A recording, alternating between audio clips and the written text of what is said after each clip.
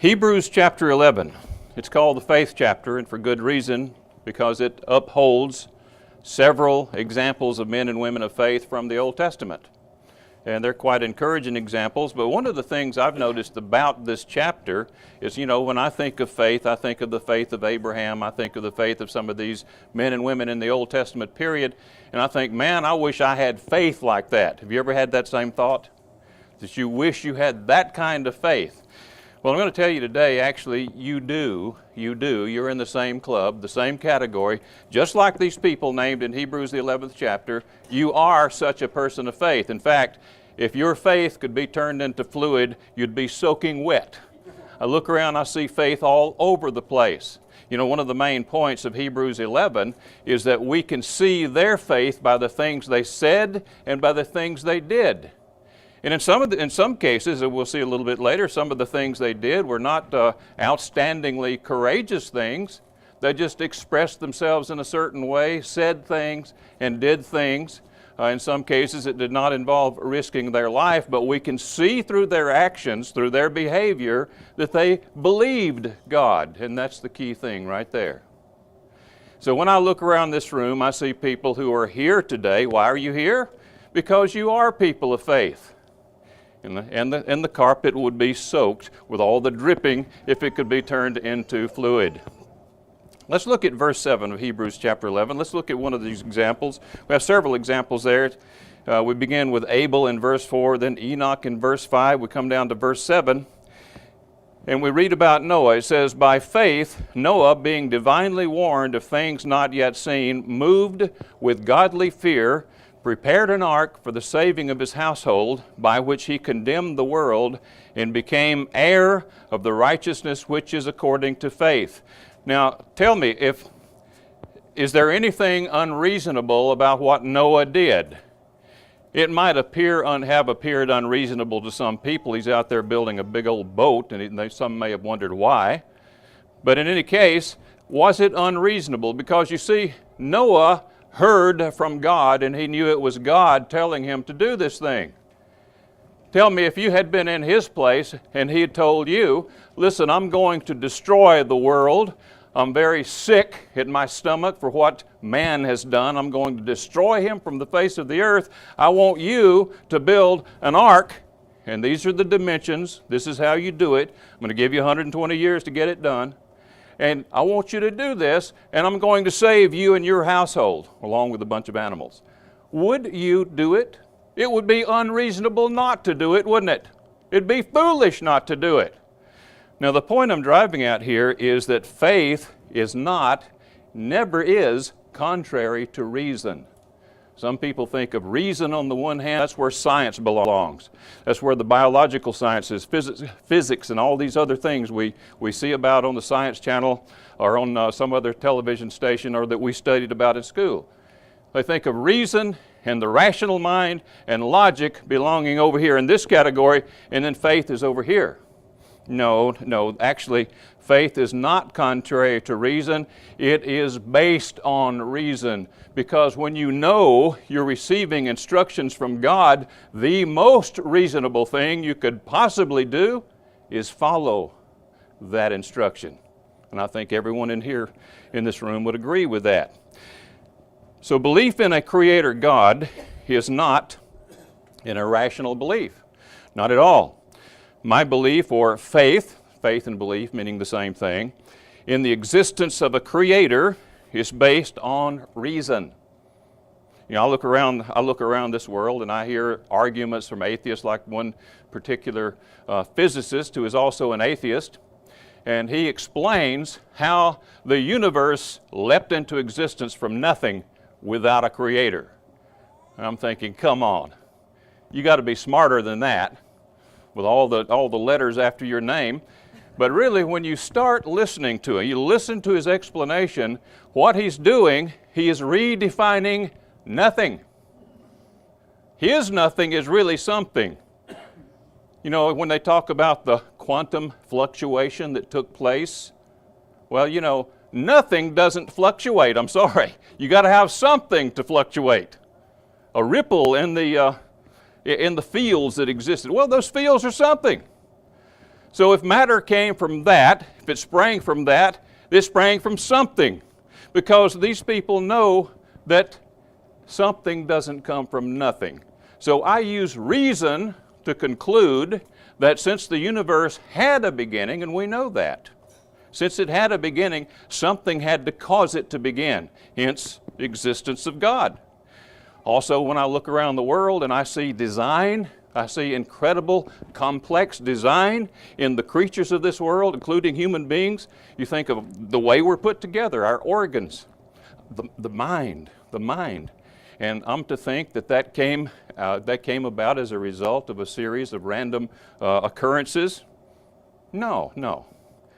A design requires a designer. So my point here is that reason and faith do not contradict each other. What we see in Hebrews chapter 11, is a list of people who acted reasonably. Their actions, the things they said, the things they did, were the result of a reasonable faith. And today, when we reason our way, when we look at the Bible, what it says, we use reason. It's God-given reason. So we call it human, you're using human reason. Well, God gave us minds to reason with. And so again, there's no contradiction between faith and reason. They go hand in hand. It's not like Archie Bunker said one time when he was arguing with his son-in-law, Michael Stivic, meathead, on faith. And Michael was arguing and said, well, that doesn't make any sense. He said, and Archie Bunker said, faith is something that you believe that nobody in his right mind would believe. He's trying to defend faith. That's not true. That's not true. What is unreasonable is doing, if you know God has told you to do something, and that's not doing it. That's contrary to reason and contrary to faith. So we're called upon to have a reasonable faith. In verses 20 through 22, we read about some blessings that took place and some actions that demonstrated faith. It says, by faith Isaac blessed Jacob and Esau concerning things to come. Okay, what did he do? He blessed them.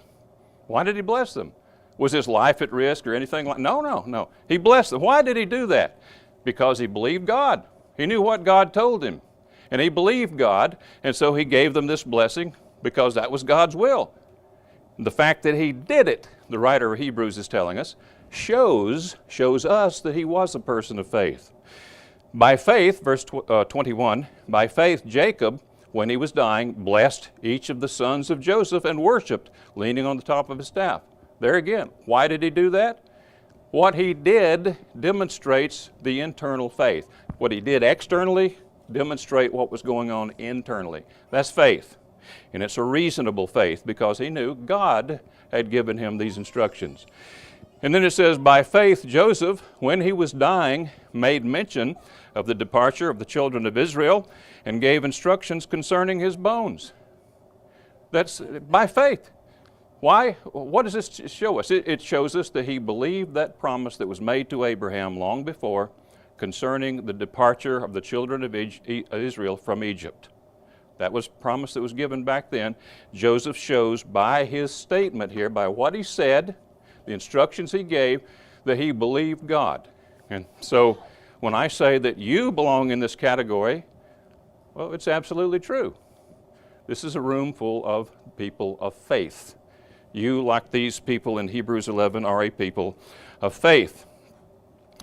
So we see then that faith is very reasonable. We see that it is not reasonable to not believe God. Faith then, deliberately doing what God says don't do is a contradiction to faith. It's unreasonable. And you look at some of these examples here, and you see actions that are not necessarily particularly remarkable or outstanding. They just simply demonstrate this internal reality of faith. We know that the people of Hebrews 11 were people of faith because, as I said earlier, of the things they said and the things they did. The content of the heart is revealed through actions and words. From the abundance of the heart, the mouth speaks. And when I listen to comments For example, sometimes after the speaker finishes, your comments around the room, people say, that was really good, I was helped by that message.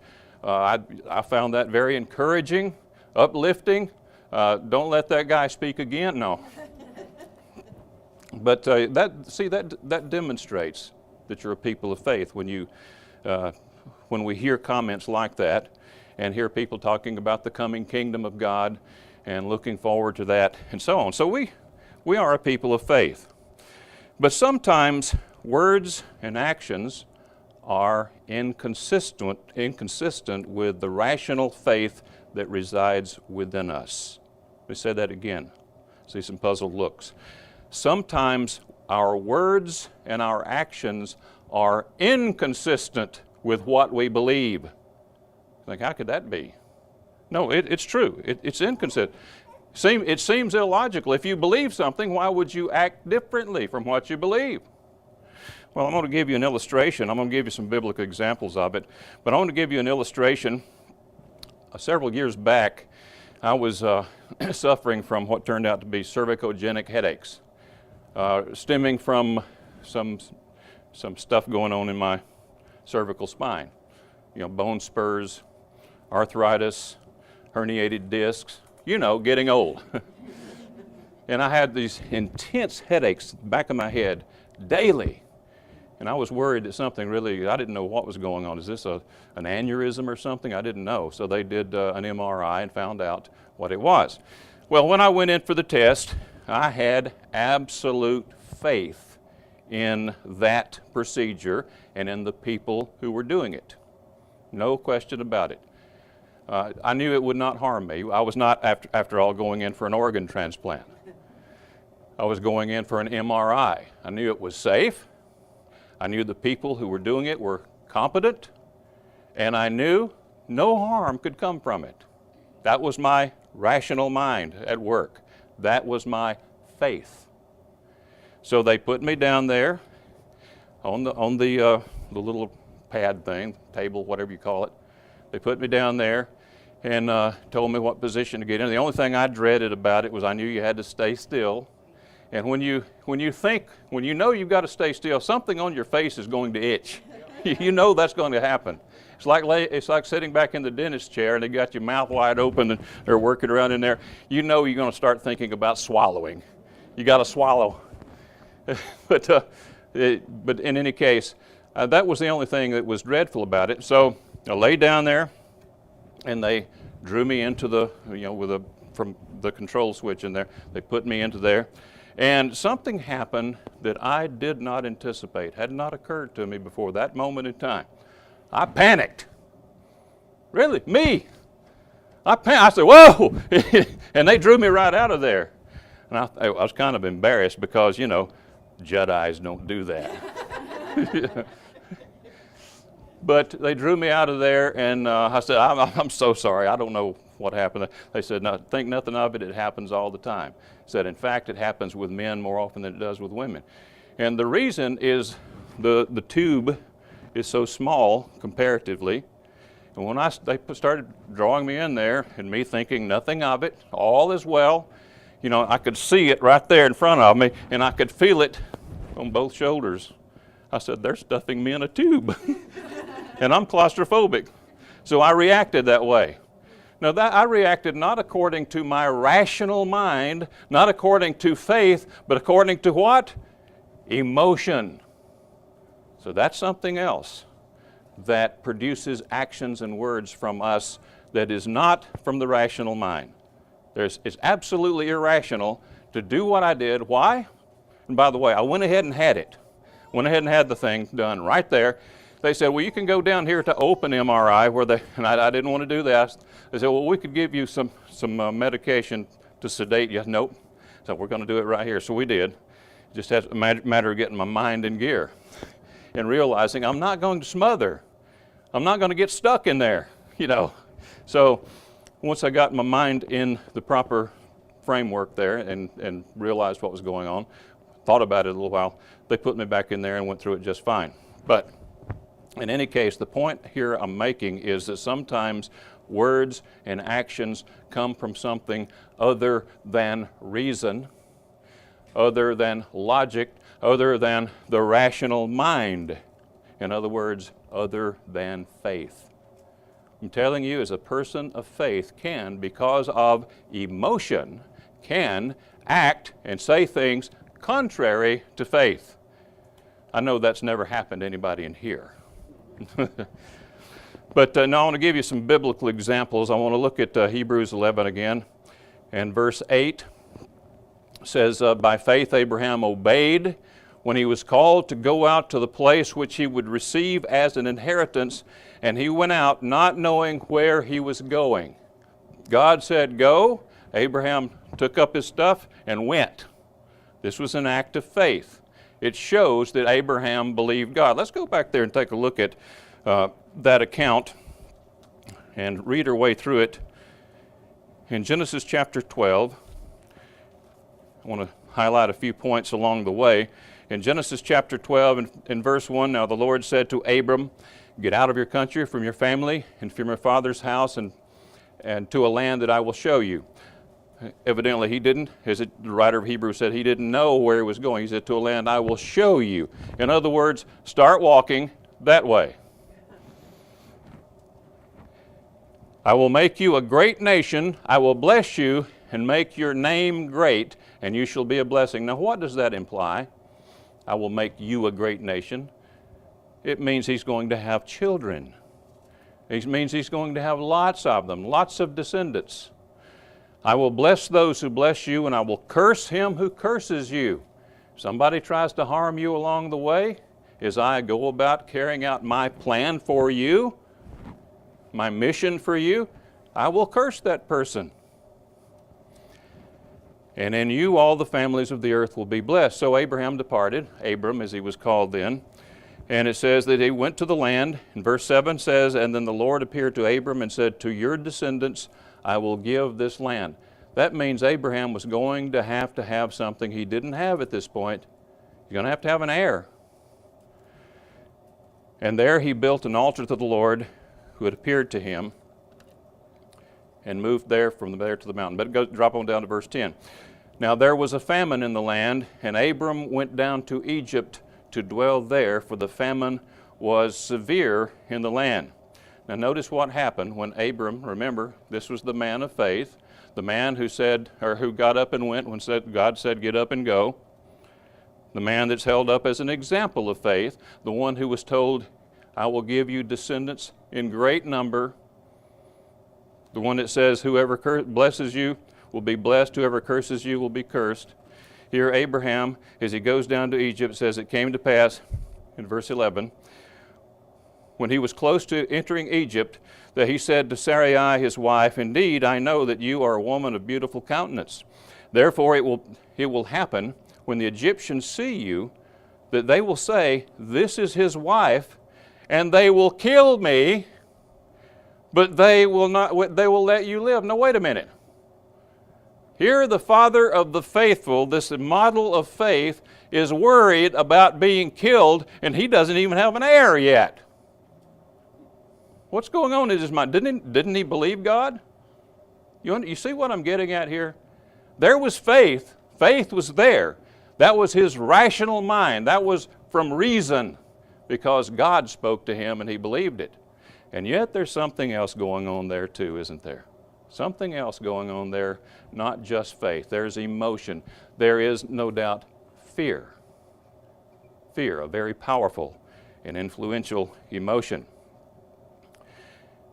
Please say you're my sister, that it may be well with me for your sake. You know, they can have you, but it'll be well for me, that I may live because of you. So it was that Abram came into Egypt. You know, it turned out well, of course. It was found out that this was his wife, and they were released and went on. No harm befell either of them. But I want you to look at the reiteration of the promise over in chapter 13, verse 14. And the Lord said to Abram, after Lot had departed from him, lift up your eyes now, look from the place where you are, northward, southward, eastward, and westward. For all the land which you see, I give to you and your descendants. Again, he's going to have an heir before he has descendants. And your descendants forever. And I will make your descendants as the dust of the earth, so that if a man could number the dust of the earth, then your descendants also could be numbered. Arise, walk in the land through its length and its width, for I give it to you. And then we go on over, skip on over. You see in chapter 15 that God makes a covenant with Abram. He reiterates the promise. He says, and behold, verse 4, the word of the Lord came to him, saying, this one shall not be your heir. Abram was concerned about Eliezer of Damascus, his servant, being his heir. And God appears and said, no, he's not going to be your heir. This one will not be your heir, but one who will come from your own body shall be your heir. Then he brought him outside and said, look now toward heaven and count the stars, if you're able to number them. And he said to him, so shall your descendants be. So he reiterates the promise. He says, and Eliezer of Damascus will not be your heir. Your heir is coming from your body, that is to say, will be a natural son of yours. And here is the result, the great number of descendants that you'll have.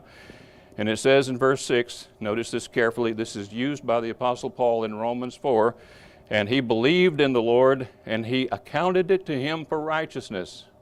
That's where Paul, and remember in Romans 4, we won't go over there, but he makes the argument that Abraham is the father not only of the Israelites, but of the Gentiles as well, because he was declared righteous right here on the basis of faith before he was circumcised.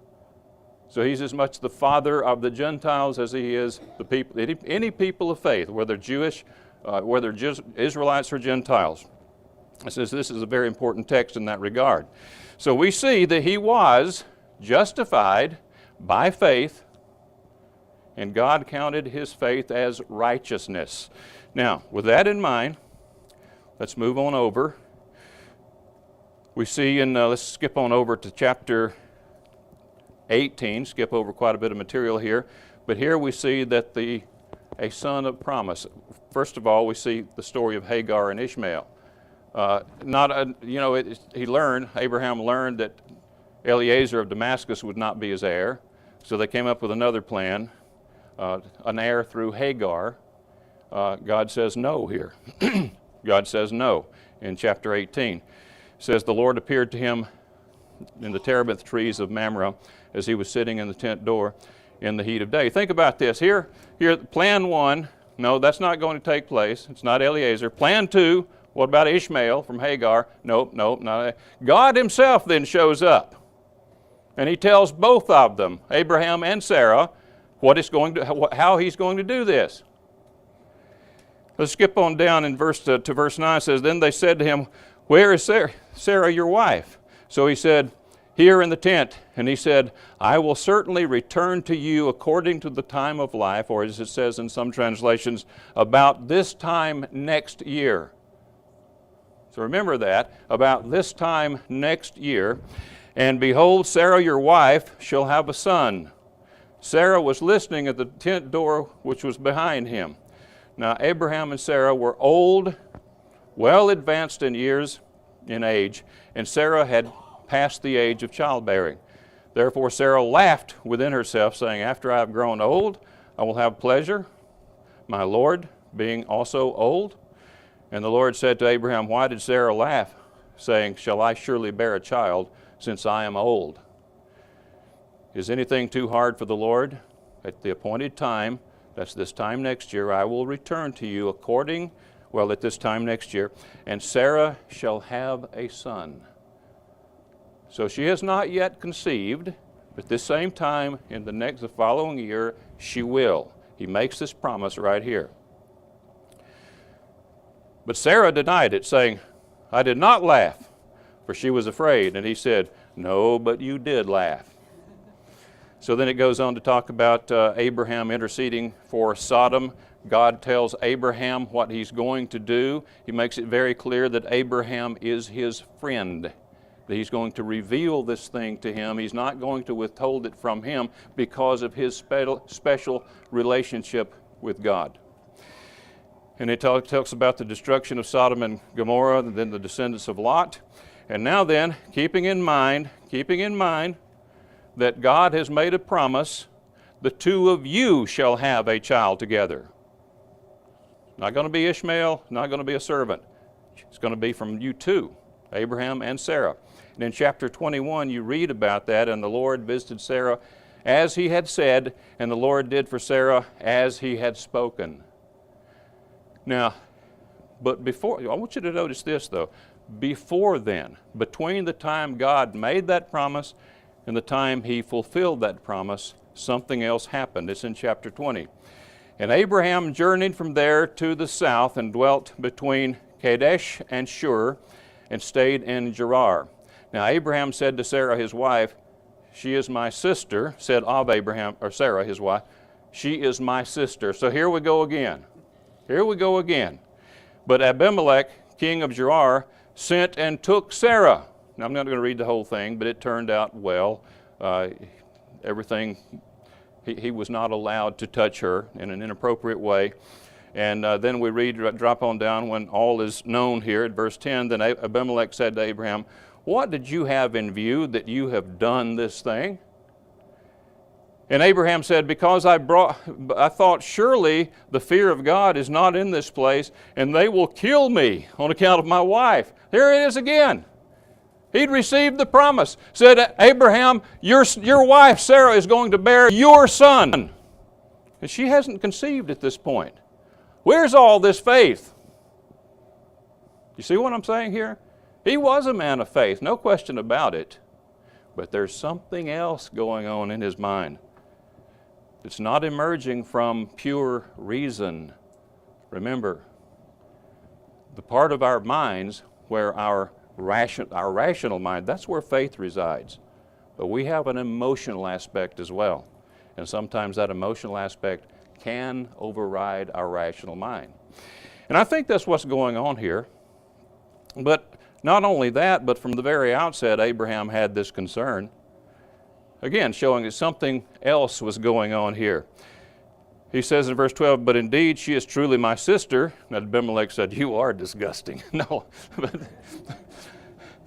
She is the daughter of my father, but not the daughter of my mother.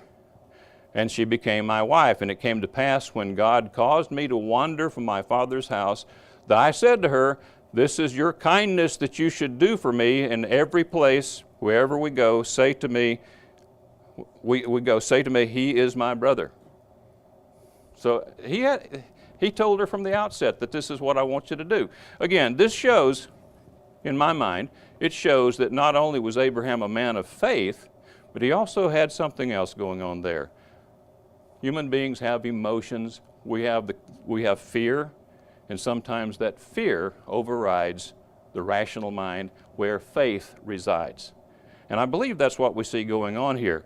But I want you to notice something else, though. In chapter 22, as time goes on, after Isaac is born, some years later, it says, now it came to pass after these things that God tested Abraham and said to him, Abraham, and he said, here I am. He said, take your own son, you take your son, take now your son, your only son Isaac, whom you love, and go to the land of Moriah and offer him there as a burnt offering on one of the mountains which I shall tell you. And you know the story. He does go, and he is about to go through with it when the angel of the Lord intervenes and stops him. And he says, now I know. We'll read it in verse 15. Then the angel of the Lord called to Abraham a second time out of heaven and said, by myself I have sworn, says the Lord, because you have done this thing and have not withheld your son, your only son. Blessing I will bless you, and multiplying I will multiply your descendants as the stars of heaven and as the sands which are on the seashore. So once again, he reiterates the promise. And so we see something different here, don't we? You know that a father typically loves his son better than his own life. You think Abraham was willing to die for Isaac? No doubt. I'm sure he was. It says very clearly, your son whom you love. He loved him very much, obviously. And yet he was about to do this thing. Go back with me to Hebrews chapter 11, and let's see what the writer of this epistle has to say about this incident. Hebrews 11, and in verse 17 says, by faith, when he was tested, Abraham, when he was tested, offered up Isaac, and he who received the promises offered up his only begotten son, of whom it was said, in Isaac your seed shall be called. Now notice this, concluding that God was able to raise him up, even from the dead, from which he also received him in a figurative sense. This is telling us that Abraham, at this point in his life, understood with his rational mind that the promise was to come about of his descendants through Isaac. That means Isaac had to be alive in order to have descendants through him, if he was the second in the line from Abraham in forming this multitude of people, the Hebrew peoples. So he knew, he had concluded that Isaac had to be alive. So when he laid him on the altar, however he did this, with him bound, and took the blade, about to take it to his throat, however he went about doing that, and the angel stopped him. But he was about to do it, nonetheless. You know what I think I see going on here? I think I see growth in faith. I think I see growth in faith. Now the emotion is not overriding the rational mind where faith resides. Now he's showing his willingness and using that rational mind to conclude that God will raise him from the dead because God's word is true and God has said that my descendants will come through Isaac. So that means Isaac has to be alive. Too bad that when he was before Abimelech or in Egypt, he didn't reason like that. But now that's his reasoning. So again, I think what I see here, I think what we're reading about here is a man, after his many experiences, through his life's experience of facing one challenge and then another, a man who grew in faith. Well, now let's turn our attention to a New Testament example. While you're turning to Matthew 14, I'll summarize the account to save reading a lot of verses. After Jesus heard of the death of John the Baptist, he went by way of boat to a deserted place by himself. And when the multitudes in the nearby cities heard of his whereabouts, they soon started making their way to him. There were more than 5,000 men, women, and children, and you can imagine why they sought him. His fame had spread throughout the whole region. He had healed the sick, he had cast out demons, he had raised the dead, he had calmed the sea. And everyone had heard about these marvels, so they wanted to come out to where he was. So there they were, thousands of them, and Jesus, we're told, was moved with compassion when he saw them. He healed their sick, and when it came time to eat, he fed them.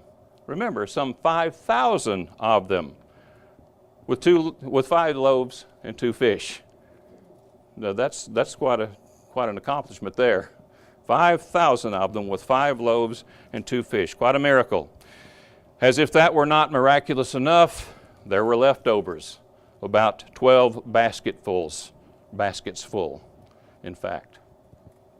Leftovers.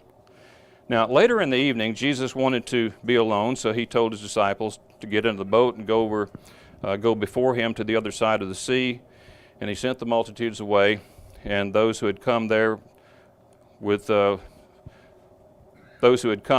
sick went home well, and everybody went home full.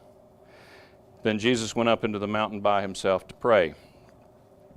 And this is where I want to take up, first of all, I'll tell you, we won't take up the account just yet in Matthew chapter 14. In Matthew 14. But meanwhile, while Jesus was doing this, a storm had blown up and the disciples were in the boat out in the middle of the sea, being tossed about by the waves. Obviously very afraid. What they saw next, while being tossed about in the storm out in the middle of the sea, it really scared the daylights out of them.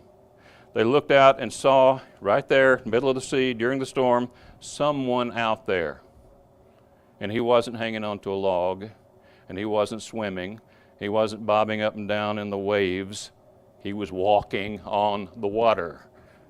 And what did they do? Same thing a lot of people today would do if they saw that.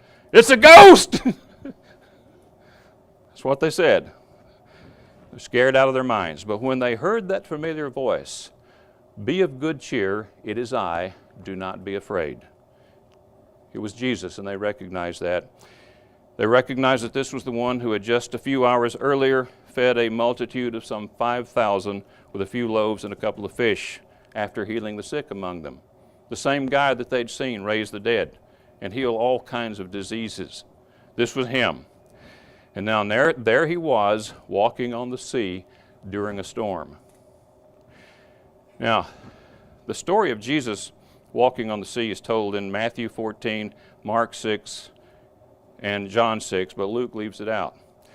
But of these three, only Matthew tells of what Simon Peter did on this occasion. And this is a very interesting thing. And once you begin to read through the Gospels and become familiar with Simon Peter, you kind of get a feel for his personality. This sounds like him. This sounds like him. In Matthew 14, verse 28, "And Peter answered him and said, Lord, if it is you, command me to come to you on the water." I can imagine him saying that. So he said, "Come." And when Peter had come down out of the boat, he walked on the water to go to Jesus. Can you imagine what that would be like? To step out of a boat and actually be held up, supported by the water. You're walking, and you start walking. How many of you have ever stepped into a swimming pool and thought about this? Just wondered what it would be like. I've done it. Of course, I never walk, but I tried to imagine. What it's like to step off and walk on it. Now, if it happened, if I stepped off into a swimming pool and it held me up, it was like walking on a solid floor, I'll guarantee you one thing, I would never, ever go off a diving board, not head first especially. I'd be afraid that I'd break bones on the top of the water. That's real faith now, isn't it? But here he was, Peter himself was now walking on the water going toward Jesus. And when he saw that the wind was boisterous, he was afraid. So there's that old fear arising, isn't it? You see, you need to understand this. Peter was, even at this point, he was a man of faith. Remember, Jesus had sent out his disciples earlier than this, and they went out in his name, casting out demons and healing the sick and possibly even raising the dead. And Peter himself had seen Jesus do all these things countless times, and he knew this was the Messiah. In fact, a couple of chapters later, when he says, who do you think that I am? It was Peter who said, "You are the Christ, the Son of the living God."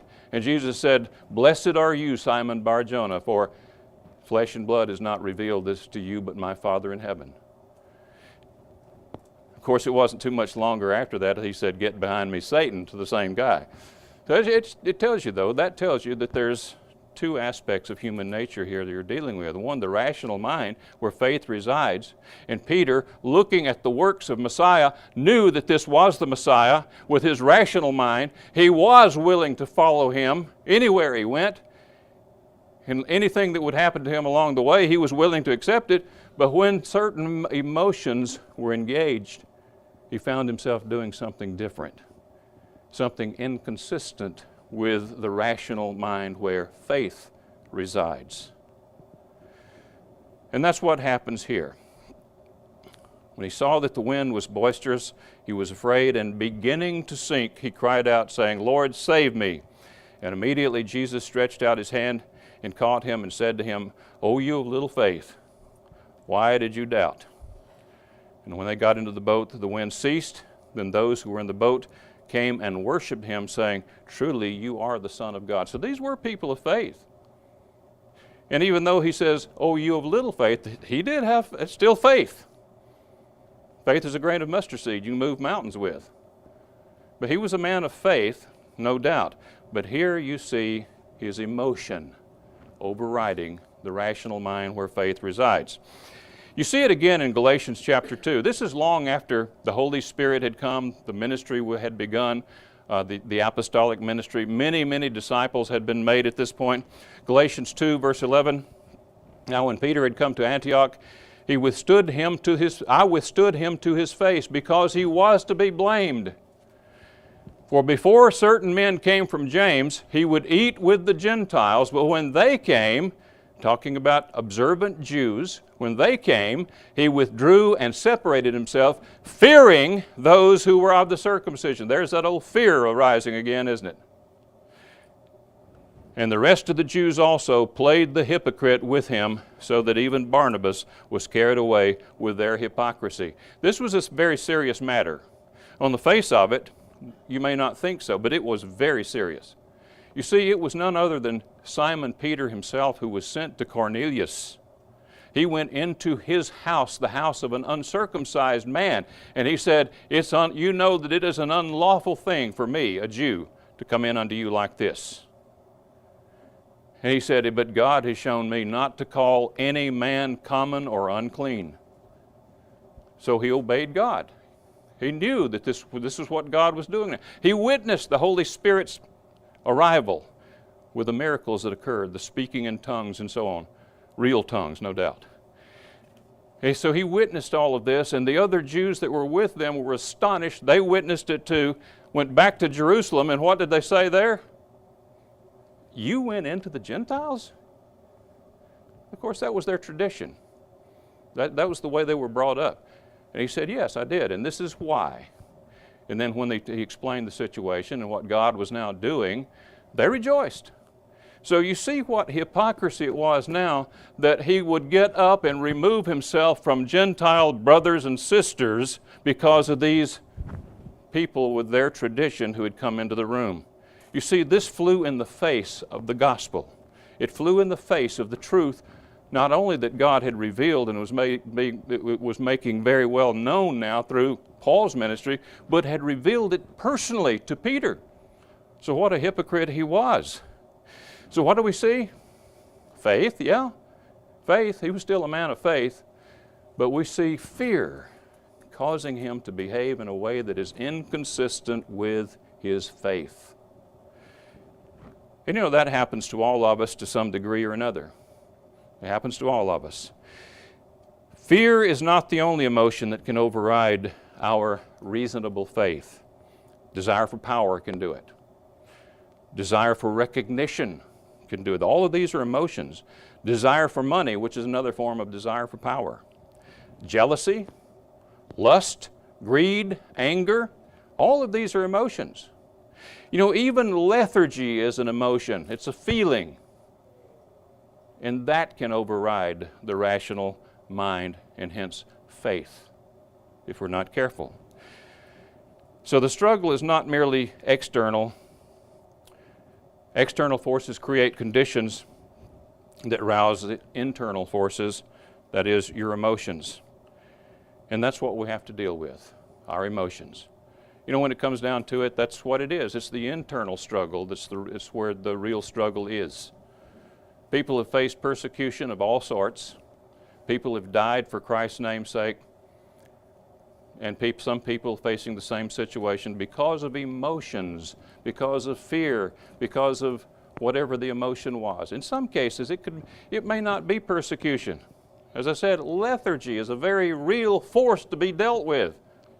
In some cases, it's harder than persecution, the feelings that arise from persecution.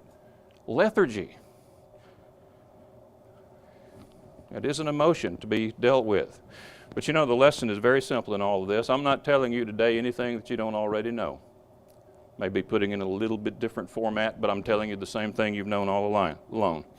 And that is to grow in faith. This is the key, not a secret, something you know, but to grow in faith, be faithful. Oh, you're going to run into obstacles, internal things, emotions to struggle with. But do you want to grow in faith?